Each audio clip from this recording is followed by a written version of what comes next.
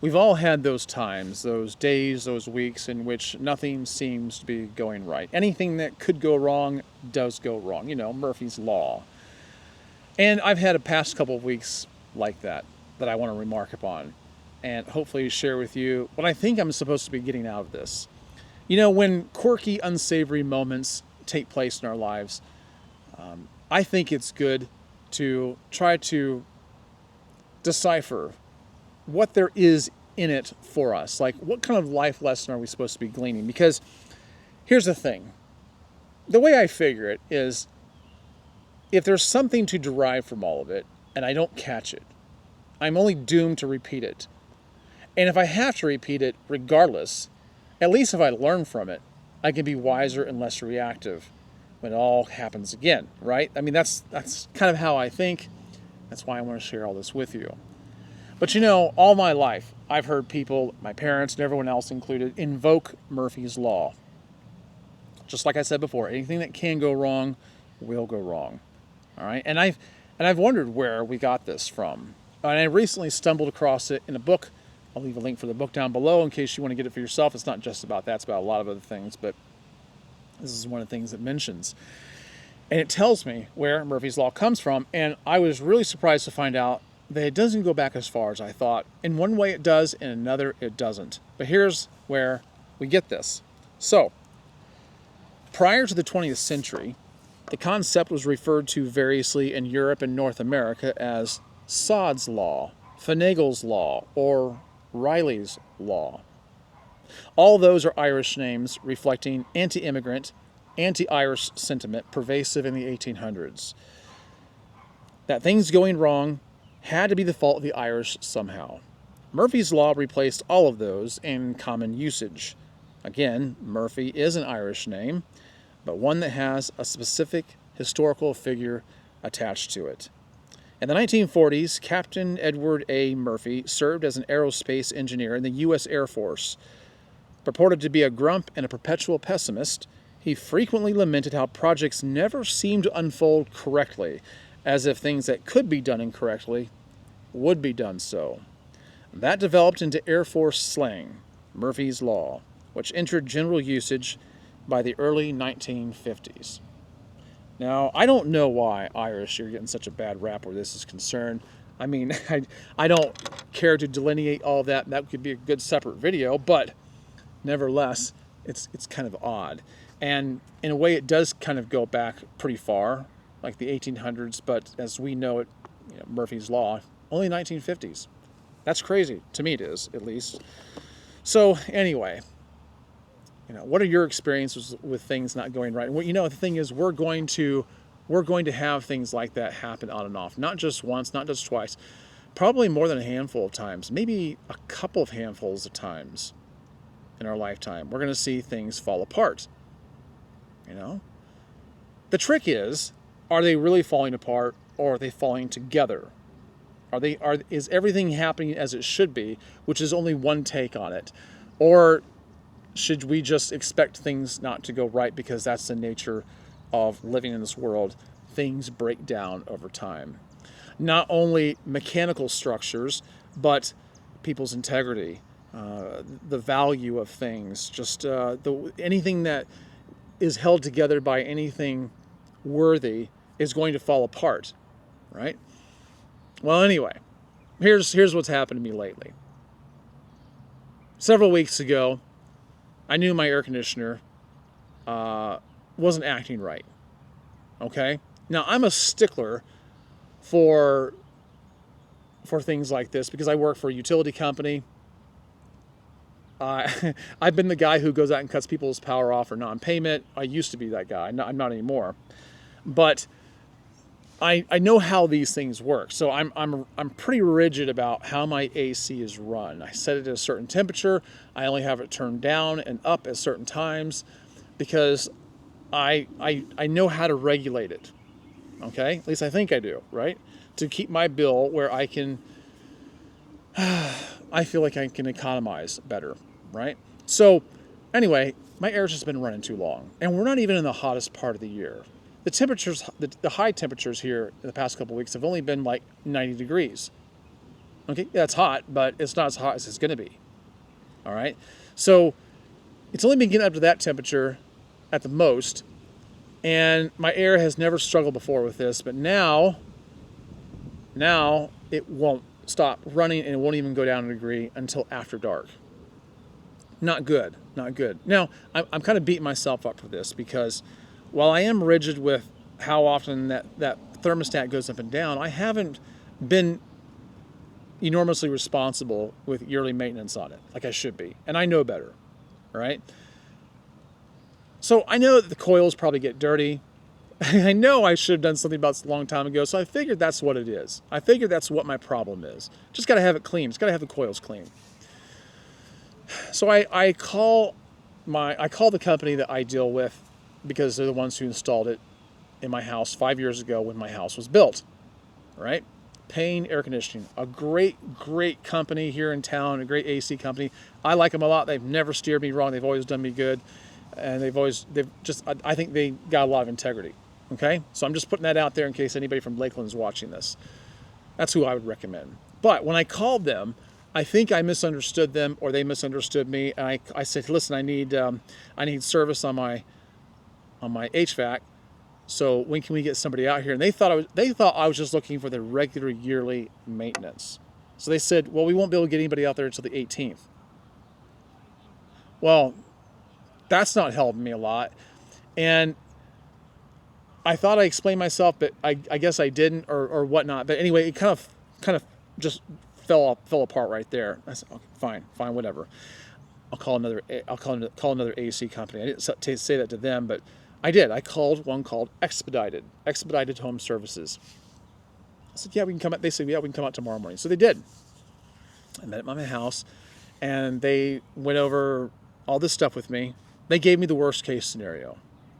Said, yeah, you got a refrigerant leak. Your evaporator coil needs to be replaced. Okay. Listen, I know when I call service techs out for something, I'm going to be spending some money. But you got to remember, too, this system has a 10-year warranty on it, okay? So I know that's a factor that comes into play.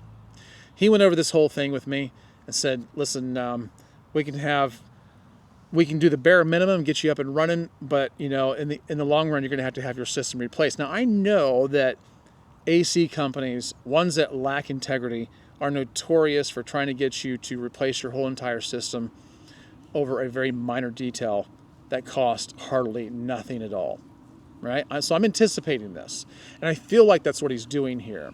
But he told me that the bare minimum, because I might have done irreversible damage to my compressor, is the bare minimum. I had to spend about $3,585, all right? And he went over all that with me. I'm like, well, yeah, but the system is under warranty. Okay, well, yeah, but some things have changed in the industry, and now we've got to change different things up, blah, blah, blah. Listen, I could go over the whole thing with you, but I don't want to bore you to death, all right? So I'm telling that to you. He didn't say it to me. So then he says, but what you really need is you need an entire new system because your unit is undersized for this house. Really? He says, yeah, you have a 3.5-ton system. You need a 4-ton. Yeah, I kind of doubt that. And you know what he quoted me? $17,000. $17,000. No, thank you. And so I kept thinking he'd hedge. Oh, listen, I can get you 10% off, but you can talk to my boss. He might be able to get you more. But if I were you, I wouldn't run your system at all until you get this repaired. And I'm thinking, wow. But nothing. The way he was talking was nothing can get done until like Monday or Tuesday, and this was a Friday morning. Okay, he didn't offer to recharge the system.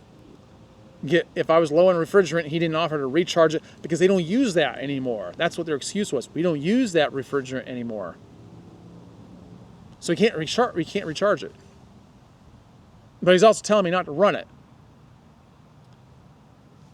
So the service call was $79. All right, $79. And I said, well, I'm not going to do a $17,000 replacement. If I was going to do one or the other, it'd be the lower figure. But I don't even know about that. Like, give me time to think about it. But, here's my debit card. I was going to pay him for the service call. And so he took it. Payment went through, of course, and that was that. I called him back later because I felt uneasy about all this, and I even talked to one of my coworkers. He said, "Look, Greg, you need to call Payne Air Conditioning back and see what you can do about getting them out sooner." And I said, "Okay, I think I'm going to do that." I called Payne. They said, "Oh, we must have misunderstood each other. If we would have known that you had a really serious problem right then, we would have come out right away." I said, "Okay, when can you come out?" "We can come out tomorrow morning." "Great, we'll do that." I called Expedited, the first people. I called the first company. I called them back. I said, "I want to cancel any further service that you might intend on coming back out here for. And don't order anything." "Okay, that's fine." They didn't give me any problems. But then later on in the day, the technician that came out, his boss, I guess it was his boss, called and left a message for me saying, "Call me back." Okay, so I called him back and said, "Look, I don't want your service anymore. I'm going with my original provider." "Oh yeah, I know, but what, I wish we could keep your service and everything," and blah blah blah. He tried real hard. Okay, we'll refund your money." "Okay, it's fine. I'm thinking $79, right?" Well, Payne came. Let me go back a little bit. So that night, I thought, I'm going to turn on my air anyway. I'm going to let it run regardless. Couldn't get it to come on. They had disabled my air. I couldn't even get the breaker and the air handler to turn on. Wouldn't even turn on. And so it got up to 86 degrees in our house that night. Couldn't hardly sleep at all. Payne finally came over Saturday morning, got us up and running right away. They said, "Yeah, you have a small refrigerant leak. You have an evaporator coil that needs to be replaced. Here's what's going to cost." It's only going to cost me a little over $1,000, and I'm okay with that because it's all under warranty. Parts aren't going to cost me anything, but the labor will. And but they're going to get me taken care of right away. No fuss, no muss. And I was telling about this guy, and basically, yeah, this guy was trying to scam me. So I tried to pay Payne Air Conditioning with the same debit card, and they said it won't go through. Well, that's odd. I had a lot of money on there. They tried it 3 times. Yeah, it won't go through. So I gave him a credit card. Okay, that's fine. I've got it paid now. So then I kind of forgot about it. And Sunday morning, I woke up at 5 o'clock in the morning, and it hit me. I need to check my bank account. So I checked my bank account, and I have money split up in several different accounts, like 4 or 5 different accounts. And one of my accounts is depleted. They took $3,585 out for services not rendered. I was blown away. I was mortified. So when the guy told me he was going to refund my money on Monday morning, that's what he was talking about. I thought he was talking about $79. They wiped out one of my accounts. And so here I am, dead in the water, at least with that one account. I was so mad. Like I couldn't even go back to sleep. And yeah, so I got to get a hold of them. But I'm like, they gave me no receipt. Payne Air Conditioning, when they did the work for me, they gave me a receipt right away, immediately. They detailed, outlined everything. I got nothing from these other people, and they took $3,585. I better get my money back. So listen, here's my point.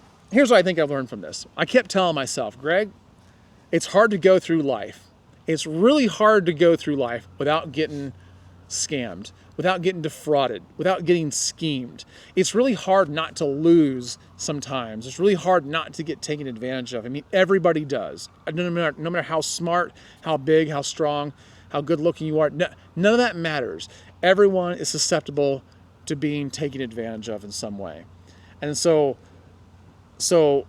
you have to remember that when it happens, everyone else goes through the same thing too. Maybe not all at one time, but a lot of people have gone through it, and a lot of people have suffered greater loss. Mine is recoverable, and in a lot of cases, all of our hits are recoverable. But in the meantime, it irritates us that somebody would try to take advantage of us like that. But the truth is, it happens to all of us. So instead of staying mad and kind of feeling sorry for myself and the self-loathing that I was experiencing, I just spoke to myself and said, this is just something you go through. It'll be a distant memory one day, but you're going to have to learn to ask more questions, be a little more prone to establish stronger boundaries next time just get your ducks in a row before someone leaves your house. Things like that. And if I don't do that, then I think I've I think I've played the game wrong. And that's what a lot of life is. It's just one big game. It's taking 2 steps forward, 1 step back. And you know, another thing I kept telling myself is getting mad and being irritated is going to do nothing. It's an alarm. It's an alarm that goes off, but you don't want the alarm to keep going off. You know, an incessant alarm only makes things worse. It's only meant to wake you up. You turn it off and you take action. That's what you do. But things like this, if I could potentially eat me up. Years ago, I would have stayed mad. I would have kept sulking. I would have kept hating myself. I would have kept just letting people know, the whole world know just how aggravated and how ripped off I am. And I would have, you know, and I probably will give these people a piece of my mind, but I'm going to be very, I'm going to try to be very smart about it instead of just running off of the mouth like I usually do. I'm going to be a little more savvy. But anyway, I guess the reason I'm telling you guys all this is because if you're going through something where you feel like you're being taken advantage of, maybe there's something you can do about it. Maybe you're not. Maybe it's gotten to the point where you have to walk away. Maybe there's nothing you can change. I've told myself that too. What if I was in a situation so bad where, like I've talked to some people who have lost everything and never gained it back. They might recuperate. They may not gain back though what they lost. Can I live with that? Well, yeah, you have to. But it's the way in which we live with it that really matters. And so I guess that's what I really want to convey here is that when the alarms go off, that's your emotions, that's your anger, that's your irritation. Just don't stay there. Talk yourself through it. Be thankful it's not worse than what it is. And remind yourself that you can recuperate, you can recover, and you can learn from it. And I guess maybe that's all I've got for it. Maybe, you know, I'm not saying this is the greatest video in the world, really, but I feel like I had to make my remarks on it, right? Because making these videos is kind of therapy for me too. While I'm trying to put something out there that's instructive and, you know, words of wisdom, words of caution, some of this is for me too. I'm sure years from now, maybe I'll go back and look at this video and go, I remember that time. And it taught me something. Well, I hope you can learn from what I said here. Because you're not going to be able to keep from getting taken advantage of by somebody. Somebody out there is going to be smart enough to get one over on you. And maybe you can minimize how often that happens and maybe be less reactive when it does. And be a little bit wiser about it. It takes time. It takes time. Trust me. 10 years ago, 20 years ago, I would have been off the chain. Because I feel like doing that now. But it's just taken a lot of, you know, talking to myself. All right, guys. I hope talking to you has made a difference. If you like this video, please hit the thumbs up. Subscribe if you haven't done so already. And tap the notification bell. Haven't said those things in a while. Anyway, guys, I've enjoyed it. Hope you have a great day. I'll catch you in the next one. In the meantime, be wise. At least wiser than I was.